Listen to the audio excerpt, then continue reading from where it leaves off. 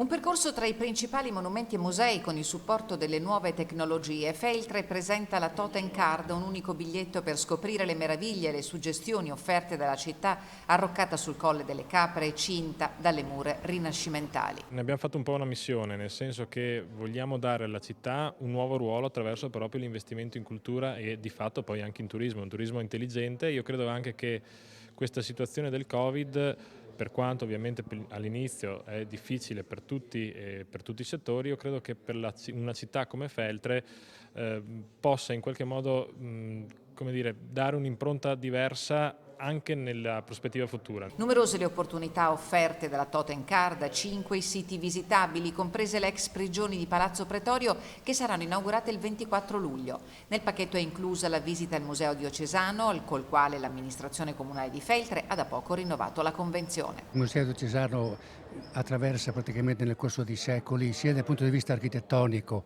ma anche nel itinerario a livello iconografico, iconologico, una ricchezza d'arte eccezionale, riconosciuta da tutti.